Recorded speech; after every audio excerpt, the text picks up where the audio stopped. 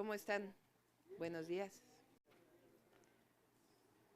Bueno, el día de hoy quiero comentarles que después de un análisis profundo de opiniones de compañeras, de la propia titular del Instituto de las Mujeres, tomé la decisión de hacer secretaría el Instituto de las Mujeres.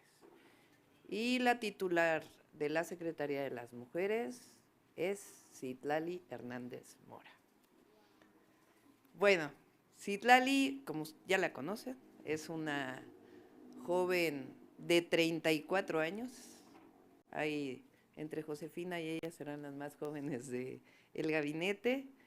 Ella, pues, además de ser, hasta el momento que deje de serlo, secretaria general de Morena, ella es y ha sido una activista feminista y es una política nacida en el oriente de la Ciudad de México. Ella estudió comunicación con especialidad en periodismo por la Facultad de Ciencias Políticas y Sociales de la UNAM. Actualmente es la secretaria general de Morena y senadora de la República. Ha sido electa como diputada local en 2015 y senadora por la Ciudad de México. Ella ganó la encuesta en el 2018, en ambos casos siendo la más joven del Congreso. Fundadora y militante del Partido Morena, desde muy joven fue activista de diversos movimientos y causas sociales y en 2012 formó parte del movimiento Yo Soy 132. Es fundadora de la Internacional Feminista, que agrupa mujeres militantes y políticas de izquierda de todo el mundo.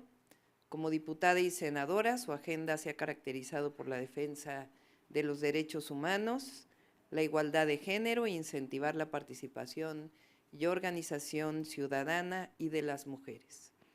Ha presentado diversas iniciativas en materia de sistema de cuidados, en contra de la violencia contra las mujeres y la prohibición de las terapias de conversión, entre otras, acompañando así las causas también de las mujeres, de la población LGBTIQ y las juventudes. Finalmente, destaca su labor durante este último proceso electoral de 2024 como coordinadora de alianzas y coaliciones para el diseño y consolidación del Plan C y en un segundo momento como coordinadora de las mujeres en el equipo de campaña que tuvimos.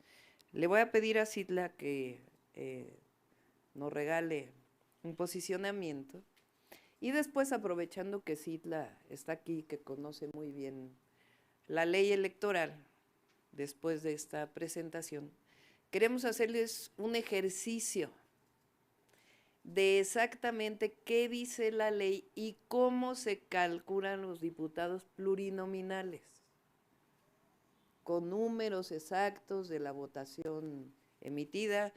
Citla va después de esto a leer lo que dice exactamente la ley y vamos a irles mostrando a ustedes y a quienes nos escuchan cómo es que se calculan los diputados plurinominales, porque parece que es como algo oscuro y la ley tiene perfectamente claro qué divisiones se tienen que hacer, cómo se llama cada división y cuántos diputados le tocan a cada uno.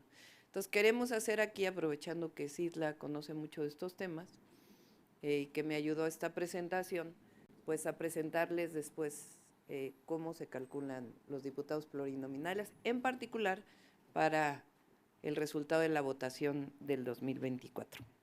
Gracias, Citla. Adelante. Gracias, pues buenas tardes a todas, a todos, doctora, con tu permiso.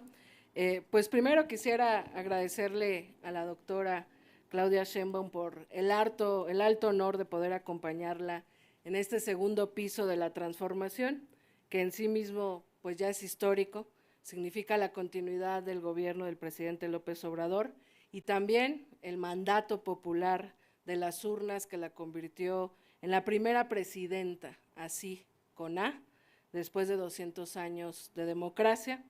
La doctora Claudia Sheinbaum ha compartido que durante la campaña en Chiapas, una mujer indígena se le acercó y le dijo eres el sueño no cumplido de nuestras abuelas. Hace algunos días, tras recibir su constancia de mayoría como presidenta electa, habló de hacer visibles a las mujeres invisibles, a las madres, a las abuelas, a las tías, a las mujeres obreras, a las mujeres del campo, a las mujeres indígenas, a las mujeres afromexicanas, a las migrantes, a las mujeres de la diversidad sexual, a quienes sufren en silencio y a quienes luchan en franca desigualdad. Contar con la primera Secretaría de Mujeres en el Gobierno de México abre sin duda la posibilidad de que durante el gobierno de la doctora Claudia Sheinbaum, y como ella lo ha planteado, el sueño de nuestras abuelas se materialice, porque buscamos que las niñas que nacen y que crecen en estos días cuenten con mejores condiciones de vida, con mayor igualdad, sin discriminación, y que el sufrimiento, las frustraciones, la indignación, la injusticia, la desigualdad y las puertas cerradas que tuvieron nuestras abuelas queden en el pasado, y que el futuro sea más próspero, más justo, igualitario, autónomo y de mayores derechos y libertades para todas las mujeres de nuestro país. Sé del compromiso de la doctora Claudia Sheinbaum con las mujeres de México y sé que esta Secretaría de Mujeres del Gobierno de México que hoy se anuncia permitirá que los objetivos que ella ha planteado en campaña se materialicen desde una visión de género transversal. Con base en lo platicado con ella, asumo el encargo, doctora, de no dejar a ninguna mujer desamparada frente a la desigualdad, la injusticia y la violencia. Por ello, acompañaré el sistema público de cuidados, como ya lo ha informado nuestra presidenta. Comenzaremos con las jornaleras agrícolas y las mujeres de la maquila en Ciudad Juárez, Chihuahua. Y como lo ha mandatado también nuestra presidenta, y sabemos hacerlo, iremos a territorio a llevarle a cada mujer de este país una cartilla de los derechos de las mujeres y abonaremos a la construcción de la paz y la lucha para prevenir y atender la violencia de género desde abajo, desde los pueblos, las colonias, los barrios, las comunidades, de la mano de todas las mujeres. Reconocemos, por supuesto, los logros alcanzados en esta administración del presidente López Obrador, la reducción del 20% en la brecha salarial, los derechos de las mujeres trabajadoras del hogar, la aprobación de la reforma constitucional en materia de paridad, la disminución de la pobreza para muchas de las mujeres. Sin embargo, podemos afirmar que vienen mejores tiempos todavía para las mujeres, porque en efecto, al llegar Claudia Sheinbaum Pardo a la presidencia, estamos llegando todas y sin duda todas estaremos construyendo este segundo piso de la transformación. Doctora, frente a ti, de cara al pueblo de México y a las mujeres de esta gran nación, manifiesto mi compromiso con la cuarta transformación, mi claridad de que es tiempo de las mujeres y mi dedicación cada minuto a este nuevo encargo. Estoy segura de que reivindicaremos la historia y la lucha de las mujeres que nos han abierto camino para este momento histórico y convocamos, por supuesto, a todas las mujeres que luchan en este presente a caminar de la mano para construir un mejor futuro para las nuevas generaciones y, como dicen nuestras compañeras feministas, sabemos que por el bien de todos, primero las pobres. Gracias. Ahora te toca leer la ley. Ah, bueno, vamos. Agrécenme el micrófono. Sí.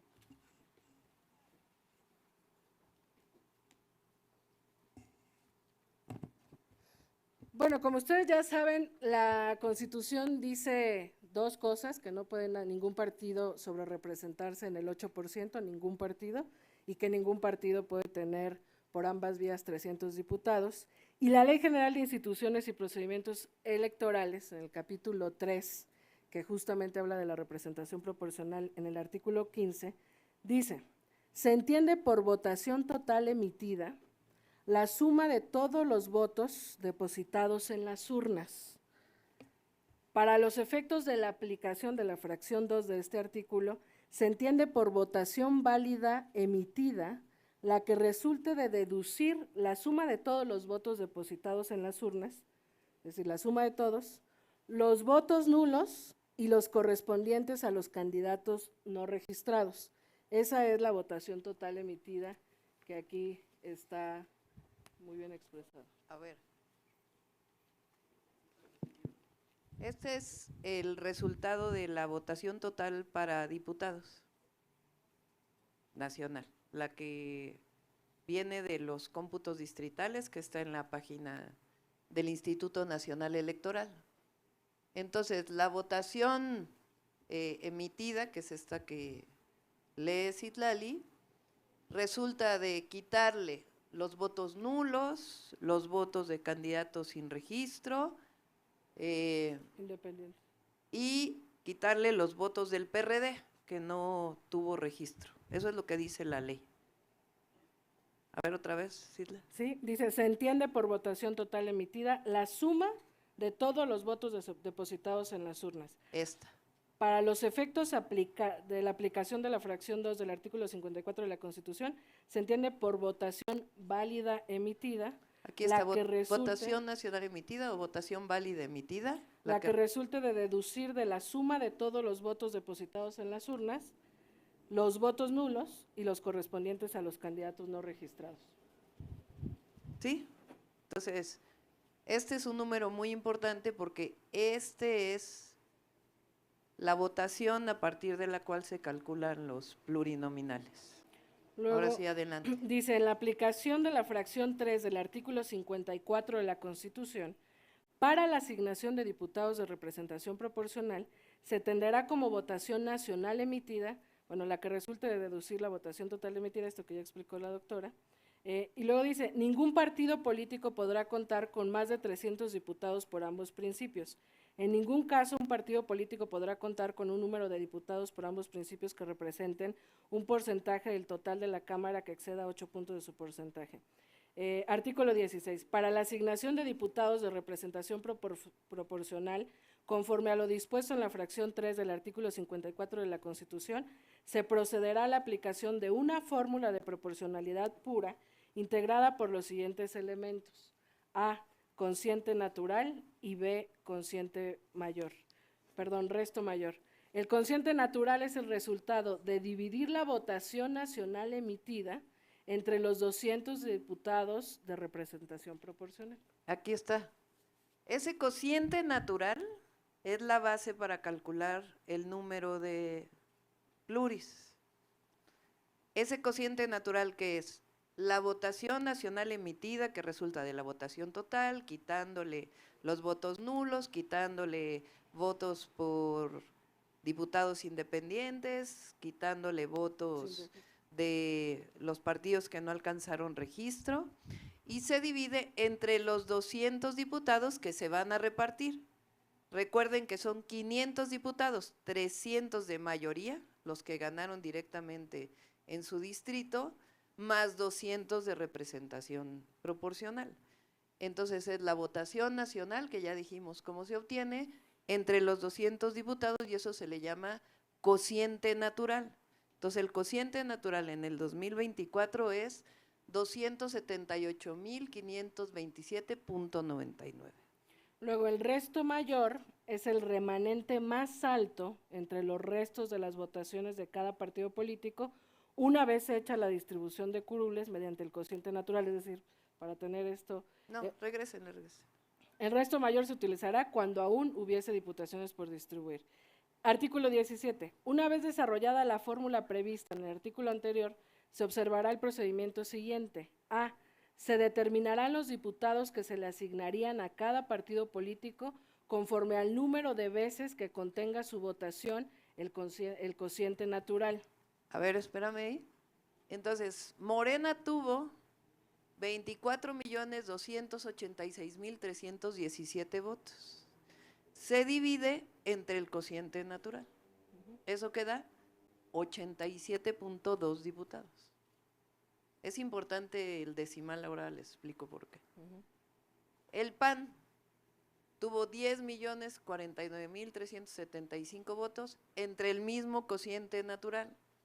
¿Cuánto da? 36 diputados, .08. El PRI, 6.623.796 entre el cociente natural, ¿cuánto da? 23.78. Así, en todos los partidos. Adelante.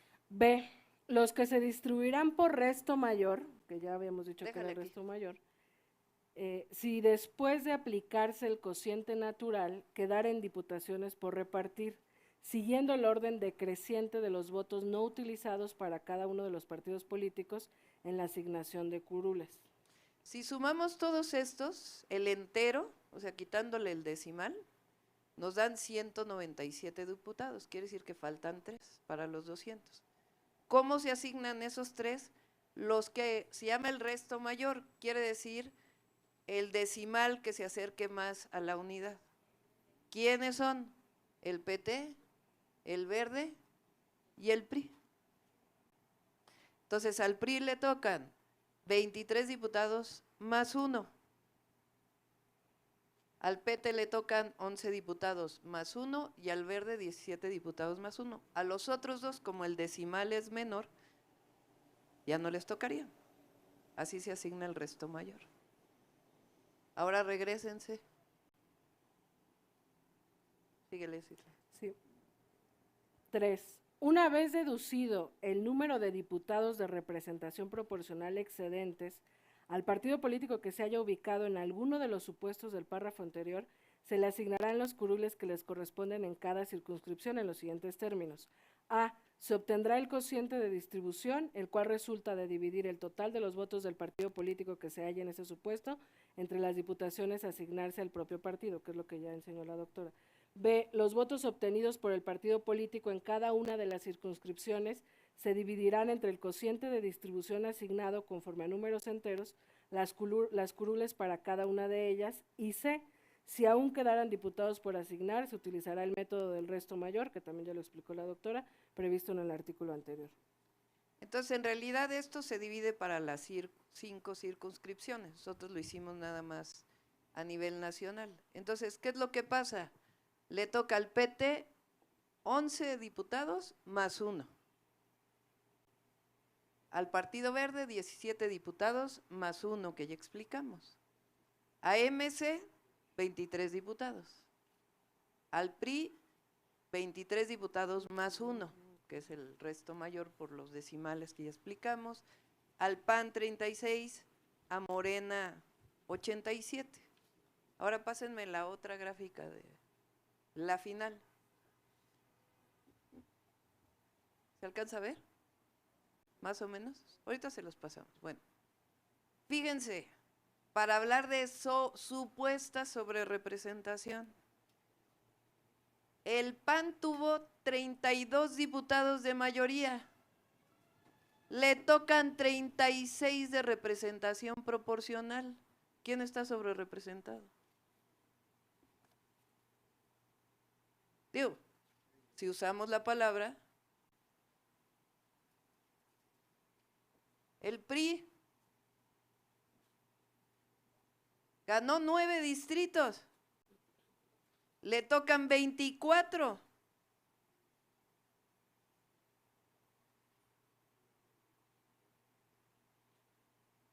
Bueno, el PRD, uno nomás, porque no le toca representación proporcional. Morena ganó 161 distritos, le tocan 87 con la fórmula. En total, 248. La Constitución dice que no puede pasar de 300. ¿Morena se pasa de 300? No. Son 248. Le tocan menos diputados de mayoría relativa, de diputados plurinominales, porque así está hecha la fórmula, que le toquen más a quien menos votos tuvo. Pero en todo caso, ¿quién está sobrerepresentado? Pues los que tuvieron menos votación, que les tocan más plurinominales. Al Partido del Trabajo, 38 ganó, le tocan 12. Al Partido Ecologista, Verde Ecologista, 57 y 18. Y a Movimiento Ciudadano ganó 1 y le tocan 23.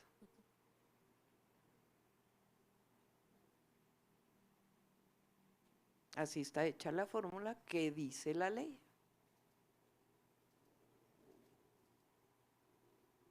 Hace tiempo, hace mucho tiempo, decían que no se podían pasar de 300 las coaliciones. pero esa partecita se la quitó el PRI de la ley. Y ahora la ley dice claramente que no pueden pasar de 300 y la Constitución por partido. Pues nadie se pasa de 300. Entonces, a todos aquellos que piden que el Instituto Electoral haga algo distinto a lo que dice la ley, no se puede. Porque la ley, como lo leyó Citlali, es clarísima. Dice exactamente qué fórmula aplicar y cuántos diputados plurinominales les toca a cada partido político. Y en todo caso están sobrerepresentados los de minorías. ¿Por qué? Pues porque tienen más diputados que los que ganaron. Pero así está hecha la ley, así está construida la Constitución. Hay una representación proporcional que favorece a las minorías. Pero no puede, aunque haya desplegados de quien quiera ver desplegados, el Instituto Electoral y el Tribunal no tienen más que cumplir la ley como viene tal cual. Cualquiera puede hacer este cálculo, pero lo pusimos aquí para que se vea que no hay dobleces.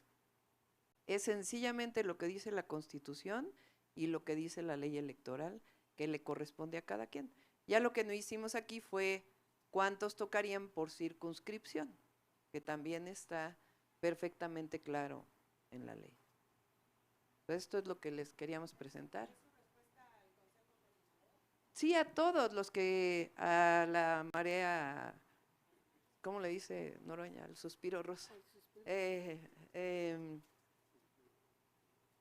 A quien quiera pedirle al Instituto Electoral o al Tribunal Electoral, cualquiera que sea, que no aplique la ley y la Constitución, está muy equivocado. Esto se llama Estado de Derecho. Cumplir con la ley. Entonces no pidan que se viole la ley o que se viole la Constitución, es muy clara. Artículo 15, 16, 17 de la Ley de Procedimientos Electorales y lo que dice la Constitución. Ahora sí, listo. Ya me quedé más alta que tú, sí. Por aquí tenemos la lista de los. Sandra Aguilar. Buenas tardes, felicitaciones a la nueva secretaria. Preguntarle, primeramente, evidentemente es la primera vez que vamos a tener una secretaría, es tiempo, bien lo dice, de mujeres, y primero tratar de entender, doctora, la nueva secretaria, Citlali, esta secretaría, creo yo, o imagino yo, se atenderán los temas que aquejan tal vez a las mujeres, más allá de visitar, nos ha compartido ya pues todo el territorio mexicano, acercarse a esas comunidades, acercarse a las que menos tienen. ¿Cómo operará esta secretaría? ¿Nos podría compartir un poco más? Sí, evidentemente, como siempre se dice, el tema de género, los temas ambientales, hay temas que son transversales. Es decir, la Secretaría del Trabajo pues hay una parte que tiene que ver con los derechos de las mujeres en el ámbito laboral. En el caso de otras secretarías, Secretaría de Economía, tienen que ver temas de las mujeres en el ámbito. Pero el tener una secretaría permite primero garantizar que los temas transversales se cumplan, pero queremos elevarlo a nivel de secretaría porque hoy el Instituto de las Mujeres es más bien normativo. Y nosotros queremos que los derechos de las mujeres lleguen a todos los rincones del país. Por eso Citla dice, una de las primeras tareas, junto con Bienestar, es llevar una cartilla de los derechos de las mujeres a cada mujer mexicana. ¿Cuáles son los derechos de las mujeres? A trabajo igual, salario igual. Vivir una vida sin violencia.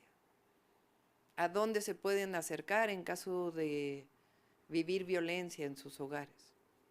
con temas de violencia, pero muchos otros. Nuestro objetivo pues es la igualdad, siempre, en todos los casos, pero particularmente ahora a las mujeres. Y a veces no nos damos cuenta del significado de una mujer presidenta, pero solamente hay que pensar que en México fue de los últimos países que aceptaron el voto de las mujeres.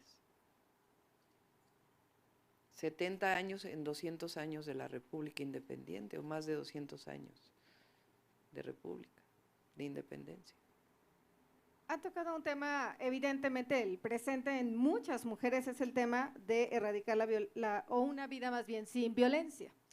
El tema que apremia en la agenda política actualmente pues es evidente paro pues laboral en el tema de toda esta reforma judicial que se plantea hacer pronto, pero que al final del día se ejecutará ya en su gobierno. Preguntarle, doctora, en ese sentido, sabemos que viene esta escalada o este recorte o esta transformación de arriba hacia abajo. La queja que tienen muchas mujeres que sufren de violencia de todo tipo es precisamente o inicia precisamente desde pues, los ministerios públicos, desde abajo, en donde comienzan los moches, hay que decir lo que existen, en donde se elaboran las carpetas y que con estas carpetas al final del día los que imparten la justicia, pues bueno, ya van en ese sentido pues los procesos viciados. ¿Qué comentaría al respecto con estas reformas que se van a hacer y saber si se llegará pues hasta donde, insisto, inicia la corrupción en los procesos judiciales? Son como dos temas, ¿no? Uno es… ¿El paro que está ahorita? Sí. Lo hemos dicho varias veces, no va a alterarse los derechos laborales de los trabajadores del Poder Judicial, trabajadoras y trabajadores, no se van a alterar. De hecho, en lo que presentan los diputados hay un transitorio que lo dice claramente, que se van a respetar todos los derechos laborales. Ellos hablan de la carrera judicial.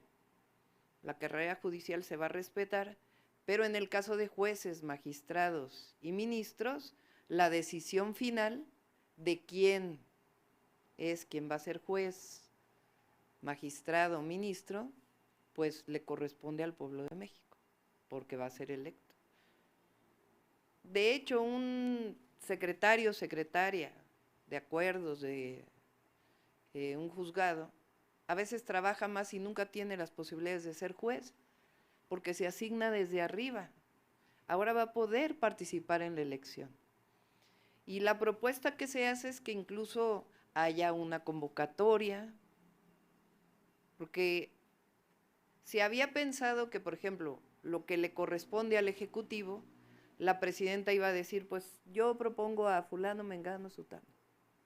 Ahora la propuesta que hacen los legisladores es que se abra una convocatoria, que se inscriban, que haya requisitos para los que van a participar y que haya comités de selección que permitan ver quiénes pueden participar. Si al final, por ejemplo, al Ejecutivo le corresponde nombrar a, no sé cuántos son, 9, por ejemplo, en el caso de la Suprema Corte, 9 a la Corte y 9 al Legislativo, lo que dice la propuesta es, en vez de que la presidenta nombre a 9, con el comité de selección que se determine, que nombre a 27. Esos 27 que se abre la convocatoria, se revisan los requisitos, tienen entrevistas. Entonces, se eligen a 27. Y de esos 27, ¿a quién se va a seleccionar al final? Si los 27 son buenísimos, pues entonces se hace un sorteo de qué 9 van a participar. Entonces, esta idea que se decía, es que ahora Morena va a nombrar a todos los… No. Los legisladores hacen una propuesta, pues en donde se abre convocatoria, es abierto, hay requisitos. Y hay inclusive, si no cumplen el primer año, ¿qué se puede hacer? Se fortalece la escuela judicial. Es una propuesta, creo yo, muy completa. Entonces, quien está hoy en paro, a ver, que me digan cuántas veces. El otro día la diputada Julieta, que ahora va a ser senadora de Baja California, dijo, hay 63 personas de una sola familia que están en el Poder Judicial. Pues lo que ya no queremos es que eso pase. Y ahora, en el caso de la justicia para las mujeres, pues no solamente es Poder Judicial, aunque sí, sino también pues varias propuestas que tenemos para mejorar el acceso a la justicia. Ok. Y bueno, pues finalmente acaba de anunciar su gabinete, Clara Brugada, aquí en la Ciudad de México. ¿Algún mensaje? Vemos que… Muy buen gabinete, la felicito y felicitamos a todos y a todas los que están nombrados en la ciudad. Agradezco.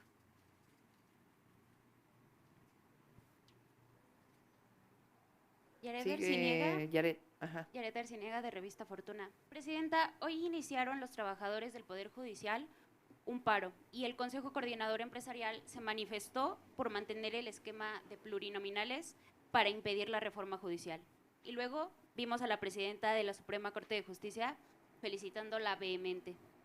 ¿Qué podemos entender con esas señales cruzadas mientras la Suprema Corte de Justicia de la Nación, en especial Norma Piña, mantiene en su escritorio un expediente de 2 casos que podrían darle al fisco o a la gente más de 25,000 millones de pesos? Gracias. Es la razón de esta propuesta que se está haciendo. Pero lo que queremos es que haya un verdadero sistema de justicia en el país. Esa es la razón. Cuando fui a un evento con empresarios, les decía que ahora va a tener más autonomía el Poder Judicial. Cuando se elijan a los jueces, a los magistrados y a los ministros. ¿Por qué? Porque un juez lo va a elegir el pueblo, igual que a la presidenta, igual que al diputado, a la diputada. No los elige el Senado, y en el Senado, pues muchas veces es de acuerdo a cómo se ponen de acuerdo los partidos políticos, porque son 2/3 partes. O si no se ponen de acuerdo, por ejemplo, para un ministro o una ministra, pues al final decide el presidente o la presidenta. No, ahora, ¿quién va a decidir? El pueblo. Entonces, en realidad van a tener más autonomía.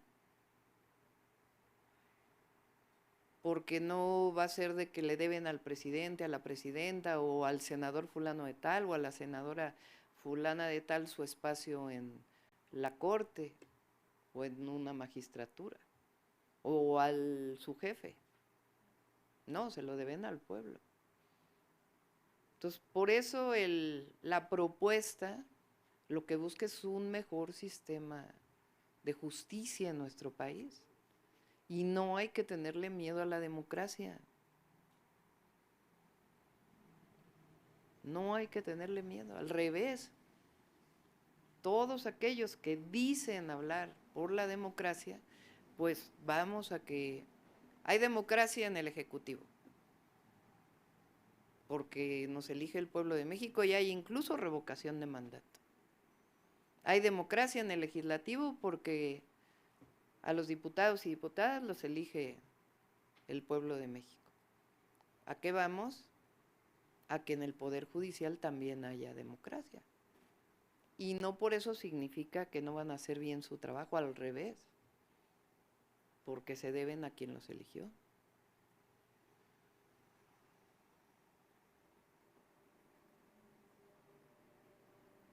Ah, sí, perdón. Rodrigo. Gracias, doctora. Buenos días. 2 cosas rápidas. La primera de ellas, preguntarle su balance de este último fin de semana que tuvo de gira con el presidente. Con esto cierra esta gira histórica que usted le llamaba. Estuvo en algunos estados gobernados por gobernadores emesistas. Entonces, preguntarle qué tal le fue y qué viene a partir de ahora en estos próximos fines de semana? Pues tiene muchos calificativos esta gira con el presidente. Uno, han sido giras muy emotivas. Yo lo he dicho, el amor que le tiene el pueblo de México al presidente Andrés Manuel López Obrador es algo único, excepcional. Y yo digo que en la historia de México difícilmente un presidente en su cierre de ciclo como gobernante se puede reconocer la popularidad. Si uno revisa la historia, ni Benito Juárez, el mismo Lázaro Cárdenas al final, después de la expropiación, tuvo problemas en la elección. El poder y el amor que le da el pueblo de México es enorme. Entonces es muy emotivo ver eso.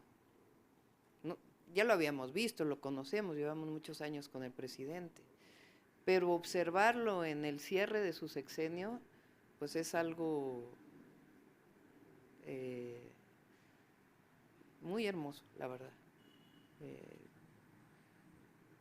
Pocas veces se ve un pueblo que quiera tanto a su presidente. Esa es la primera. La segunda es que pues he aprendido mucho en este periodo. Si bien conocía lo que ha hecho el presidente, pues hay muchas obras o acciones que no son tan conocidas como, por ejemplo, la presa El Zapotillo y todo lo que hubo alrededor de hacer la presa El Zapotillo para que se pudiera lograr. No es como el Tren Maya que conocemos porque cada lunes se está informando. Aquí se hizo un trabajo de 4 años para poner de acuerdo a las comunidades, un trabajo técnico, las comunidades pusieron sus técnicos, el gobierno puso sus técnicos y encontraron estas famosas ventanas para que no se inundara los pueblos y se pudiera hacer la presa. Entonces, resolvieron el problema técnico, le dan apoyo a los pueblos y además llevan agua a la zona metropolitana de Guadalajara después de más de 15 años de abandonado el proyecto. Entonces son muchísimas acciones, proyectos que hemos conocido de primera mano y explicados por el presidente. Y pues es una gira histórica porque tampoco creo que haya en la historia de México una transición tan tersa como la que estamos viviendo. Los adversarios dicen que el presidente me dice qué es lo que voy a hacer después. A mí la verdad es que eso me tiene sin cuidado, porque somos parte del mismo proyecto, formamos parte del mismo proyecto, va a haber continuidad, eso decidió la gente y cada quien pues gobierna de una manera distinta, porque evidentemente, aunque vamos a gobernar con austeridad, con honestidad, con principios, pues somos personas diferentes. Entonces eso pues es evidente que será parte pues del gobierno que encabezaremos. Ahora, no se han acabado las giras, porque ahora me invitó a que lo siga acompañando a inaugurar. Entonces vamos a ir todavía los fines de semana hasta el último fin de semana a seguir acompañándolo en inauguraciones. Y ya nada más rápidamente, esta mañana precisamente el presidente publicó una carta enviada a Joe Biden en la cual le pide de manera respetuosa pues ponga freno a esta supuesta injerencia acá en nuestro país a través de algunos organismos, ¿no?, de la sociedad civil. ¿Cuál sería su opinión? Y también si me regala, ¿cómo le gustaría a usted tener, qué relación le gustaría tener con este tipo de organismos ya durante su administración? Pues de respeto. El problema no es que haya un organismo de Estados Unidos como USAID se llama, que apoye diversos proyectos en México para el desarrollo. El problema aquí es que está financiando una organización que está en contra, o sea, cuya labor principal es estar en contra del gobierno. Entonces ahí pues esa es la parte fundamental. Entonces pues tiene que aclarar el gobierno de Estados Unidos.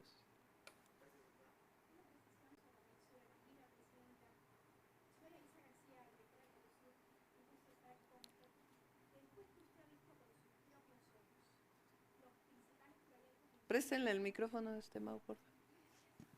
Después que usted ha visto con sus propios ojos los principales proyectos de infraestructura que ha impulsado y ha desarrollado el presidente López Obrador, ¿en qué se va a enfocar? ¿Qué sigue? ¿A qué le va a dar prioridad? Perdón, compañero, sé que hay un orden. Uno de los temas que rescató y le dio visión el presidente son los trenes de pasajeros. El tren de pasajeros, el Tren Maya, el interoceánico, tienen pues varias funciones. Una, diría quizá la más importante, el desarrollo regional. Tú puedes decir, puedo ir en avión de México de México a Cancún, por decir algo. Pero no pasas por... Cancún tiene hoy, pues, es el principal destino turístico. La Ciudad de México tiene más pasajeros que llegan, pero a veces llegan y se van a otros lugares. Cancún es el principal destino turístico. Pero Cancún a veces se quedan en la Riviera Maya viendo el Caribe y la belleza de lo que eso significa. Y no conocen la grandeza de la cultura maya. La prehispánica, o la precolombina, y la actual. Entonces el Tren Maya te da la posibilidad del desarrollo regional de toda la zona, que quien llegue a Cancún pues pueda ir a los distintos sitios arqueológicos, conozca la cultura, conozca la naturaleza, porque además es una zona de riqueza natural enorme, y vaya dejando en cada lugar pues evidentemente beneficios económicos. Entonces el tren te da esa posibilidad, que comunique Campeche con Quintana Roo, con Chiapas, con Yucatán, etcétera, pues es una visión muy importante. El interoceánico es lo mismo, pero además es el tren de carga recuperado por el Estado mexicano. Hoy el tren de carga está concesionado y tienen concesiones por muchísimos años, y no se trata de quitar concesiones, ni mucho menos, no es nuestra pretensión. Pero se había abandonado la participación del Estado en la carga por ferrocarril y hoy se recupera. Entonces, por ejemplo, los trenes que vamos a hacer de México a Nuevo Laredo, uno diría, bueno, a lo mejor llegas más rápido a Nuevo Laredo en avión. Sí, pero el asunto es el desarrollo regional que vamos a ir dejando. México, Estado de México, Hidalgo, Querétaro, Guanajuato, San Luis Potosí, Coahuila, Nuevo León, Tamaulipas. Y entonces no solo es el que va a ir de México a Nuevo Laredo en tren, sino que vas a poder ir de San Luis Potosí a Nuevo Laredo en tren de pasajeros, o te vas a poder mover para el desarrollo regional de la zona. Entonces el tren tiene esa enorme virtud que permite el desarrollo regional, potenciado con un proyecto de polos de desarrollo con bienestar. Entonces la recuperación que hace de los trenes de pasajeros, que en México se privatizaron y se abandonaron, y ahora lo recupera el presidente, pues es algo a lo que le vamos a dar continuidad, entre otros temas. El presidente deja una parte del puerto de Salina Cruz en Oaxaca, que es muy importante para el desarrollo del tren interoceánico y ser una alternativa al Canal de Panamá. Nos va a tocar a nosotros que el desarrollo de Salina Cruz sea una realidad. Ya inicia una parte de los barcos que están llegando, pero eso va a tener un desarrollo, y aparte ahí hay inversión privada. Entonces son algunos de los ejemplos que le vamos a dar continuidad. Nosotros, por ejemplo, vamos a darle mayor énfasis a las renovables. Sí, vamos a seguir con la base del petróleo, pero vamos a poner mucho énfasis en las energías renovables. También tiene ahí su parte. ¿Quién sigue? Rodrigo, ¿ya terminó? Ya. Arturo, Páramo. Sí, gracias, presidenta electa. Serían tres rapidísimas. Estos dos desplegados que se publicaron, el del Consejo Coordinador Empresarial acerca de la sobrerepresentación que ya explicó, y el del Consejo Mexicano de Negocios acerca de la reforma al Poder Judicial, que también pide que se revise, que se haga con cuidado, etcétera. Estos dos desplegados de empresarios, los más importantes del país, haciendo política, ¿a usted qué le dicen y cuál será la relación después de esto que evidentemente tienen su manera de ver cada uno de estos temas? ¿Cuál será la relación a futuro con estas organizaciones empresariales? Durante la campaña, en varias reuniones con empresarios, yo les decía que, claro que México requiere a los empresarios nacionales y que habrá cosas en las que no estemos de acuerdo. Y habrá cosas en las que sí estemos de acuerdo, y hay que poner las cosas en las que sí estamos de acuerdo para seguir trabajando. Y en las que no estamos de acuerdo, pues eso es parte de la democracia. Es que antes, cuando uno de estos organismos decía algo, se volvía política pública. Ahora no. Ahora pues se hacen propuestas, el pueblo de México las aprueba y habrá cosas en las que ellos no estén de acuerdo y no pasa nada. Primero porque además va a seguir el Estado de Derecho, va a haber leyes y se van a cumplir las leyes como debe ser en cualquier país democrático. Y segundo, porque no se ponen en juego las inversiones. Y tercero, porque vamos a tener un país todavía más democrático. Entonces, tienen derecho a no estar de acuerdo. Lo que no está bien, creo yo, es decir que no se cumpla la ley. Entonces le dicen al Instituto Electoral, no cumplas la ley, valóralo de una manera distinta. Pues como si la ley es clarísima de cómo se calculan los plurinominales. Entonces, hay que cumplir con la ley, no tener preocupación de este nuevo sistema en nuestro país, al contrario, darle la bienvenida a la democracia y seguir trabajando juntos. Eso no impide que sigamos trabajando en aquello en lo que es para el bien de México. Ok, gracias. La segunda sería, este fin de semana, el sábado específicamente en Jalisco, hubo muchos abucheos en contra del gobernador de la entidad. Ha habido también en otras visitas a otros estados, donde hay gobernadores que no pertenecen a Morena, abucheos muy fuertes. De hecho, usted ha tenido que pedir a la gente que se calmen. ¿Cómo avisora usted que será el trabajo con todos estos gobernadores y sobre todo también con la gobernadora de Chihuahua, después de lo que ocurrió la semana pasada con el caso de Corral? ¿Cómo será la relación de su gobierno con estos gobiernos y sobre todo qué pedirle a la gente durante estas visitas, pero también al momento de estar trabajando, colaborando o simplemente pues desarrollando las labores de gobierno en cada estado? Pues una relación institucional y de respeto. Eso es todo.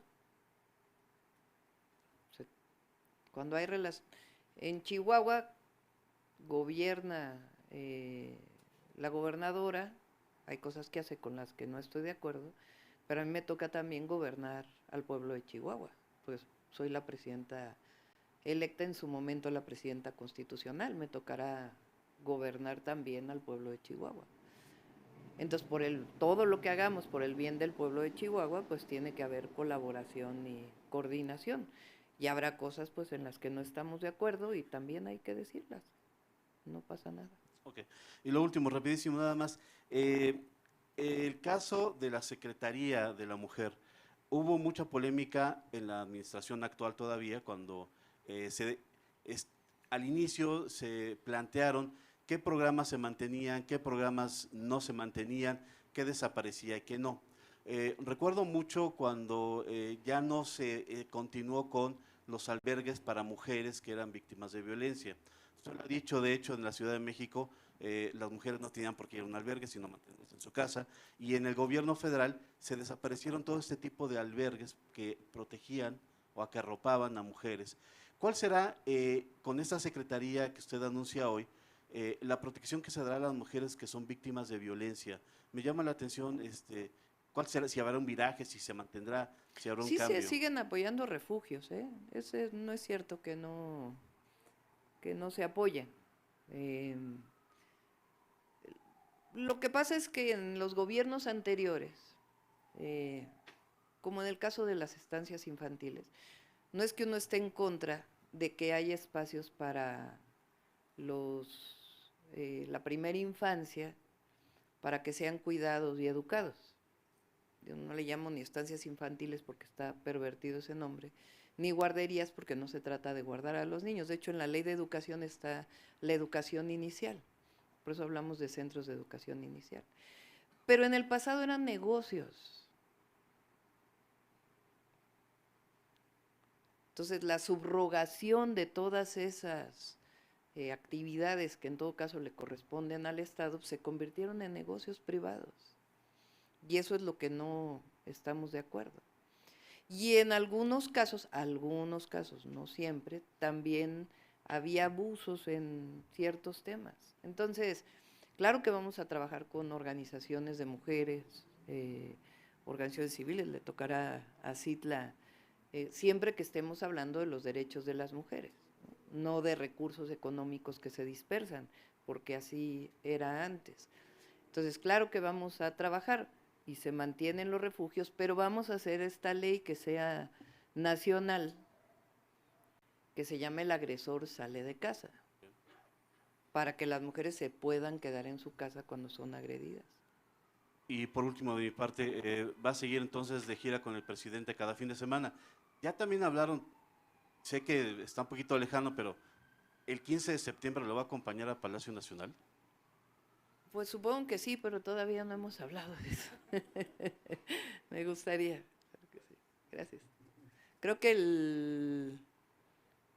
estuve en los primeros 4 el año pasado, ¿no? Porque ya estábamos en la interna, ¿verdad? Sí. Y ahora pues ya veremos. Pues vamos a ver si nos invita el presidente. Supongo que sí. Sí, adelante.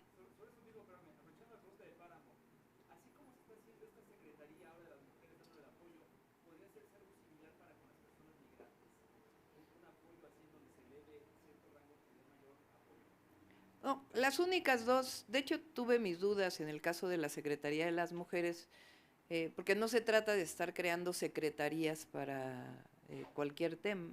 No lo estoy minimizando, ¿no? Ni mucho menos, el tema migrante u otros. Es decir, no requiere secretarías para atender a los migrantes. Necesitas una política de atención que tiene que ver con varias secretarías. En el caso de ciencia y tecnología me parece, porque nosotros le vamos a dar un interés y especial, y además siendo científica, pues lo elevamos a nivel de secretaría. Y en el caso de las mujeres es lo mismo. Le vamos a dar pues mucha fuerza a todas las políticas con relación a las mujeres. Y bueno, Citlali, pues, ¿quién mejor que ella para poder encabezar una institución así? A ver, unas dos más y ándales.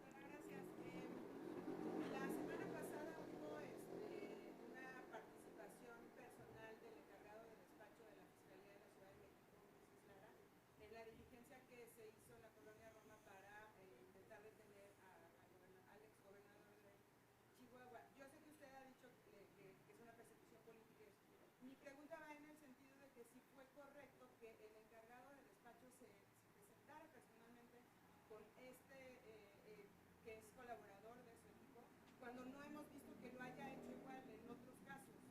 Eso fue muy criticado la semana pasada porque incluso intervino con decenas de elementos del grupo especial de reacción inmediata. Incluso hubo grupos de choque que estuvieron ahí como alborotando o violentando la escena de esa diligencia que al final pues no se llevó a cabo por otros motivos, ¿no? Hay una cuestión de papeleo y eso, pero mi pregunta con ustedes es si fue correcta la actuación del encargado del despacho. Sí, él tiene como representante de la Fiscalía el derecho de presentarse en cualquiera de los casos. No conozco en particular por qué se presentó personalmente, pero oí su video posterior.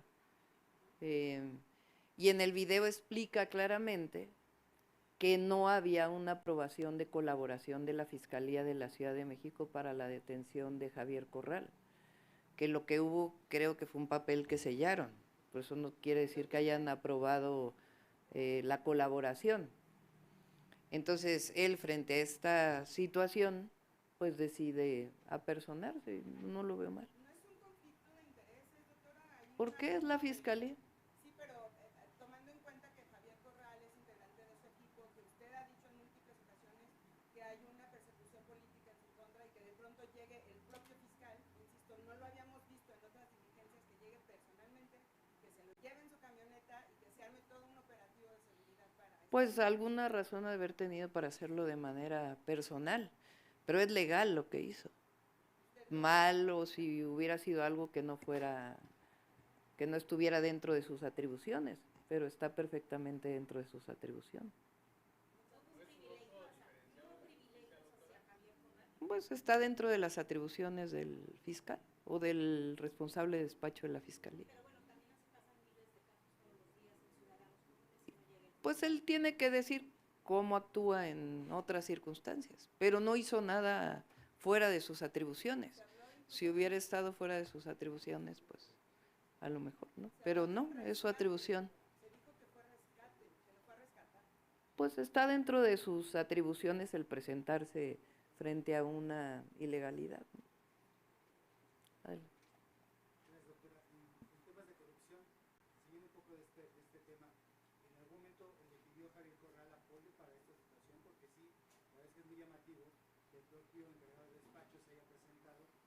No sé si es que va a ser una actitud recurrente de él, ir a atender situaciones que podrían estar fuera del marco.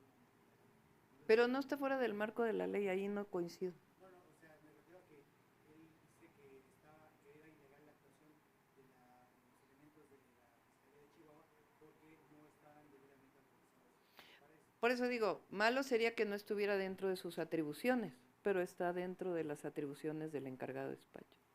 Y en el otro tema de corrupción, la semana pasada presentamos un reportaje donde... No lo considero de corrupción, ahora sí que concedo la pregunta, pero no estoy de acuerdo.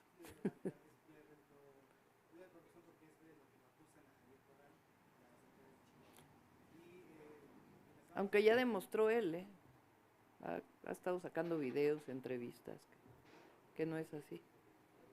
La semana pasada presentamos un reportaje que en seguimiento a unos temas sacado respecto de la actuación, de la interferencia, de los privilegios que ha demostrado, que se han demostrado de las grabaciones, de las llamadas de Anita Roland. Ahora, involucra también a Raquel Buenrostro, actual secretaria de Economía. Él dice que Raquel ya les asignó uno de los parques industriales del corredor interoceánico, antes incluso de las licitaciones. Buenrostro va a hacer en su gobierno la saga anticorrupción. Valdría la pena, le podría preguntar a usted, que ella aclare si es que realmente conoce a Anita Roland, cómo se dio este proceso de asignaciones para aclarar esa situación. Pues, a ver, llevan varios casos que saca Latinos, ¿no? Que no ha demostrado, no ha tenido otras pruebas. Entonces, ¿tienen algo que presentar? Pues ahí está siempre la denuncia, que quien quiera presentar una denuncia que la presente. Yo la verdad es que no tomo como algo serio, pues, esta acusación. Y Raquel, pues, ha demostrado a lo largo de su vida pública su trabajo. ¿Valdría la pena que aclarar estos procesos de asignación de... Pues no sé si en este caso, ¿verdad? Porque... Gracias. Una más, a ver. A Sonora Power ya le hemos dado mucho. A ver, acá que no, casi no pregunto. Ay, no sabría decir. Sí, yo creo que voy a hacer una combinación. A veces, por ejemplo, en este caso, yo no hice ningún viaje que involucrara un avión de la Fuerza Aérea si no era electa, no me parecía correcto, hasta que no me dieran el nombramiento. A veces no lo puedo acompañar en el comercial porque no da el tiempo para... Ya me tocó, por ejemplo, que en la primera gira pues ya no fuimos a Durango. Entonces yo creo que voy a estar haciendo una combinación de... Y cuando sea presidenta vamos a regresar a los vuelos comerciales, a menos que haya algo particular. Sí, a menos que haya alguna cosa particular, ¿no? No niego que pudiera utilizar un avión de la Fuerza Aérea, pero voy a salir viernes, sábado y domingo y voy a usar aviones comerciales y el vehículo oficial. Da mucha cercanía siempre eso. Gracias a todos y a todas. Solicitamos amablemente permanezcan en sus lugares para tomar una fotografía oficial, por favor.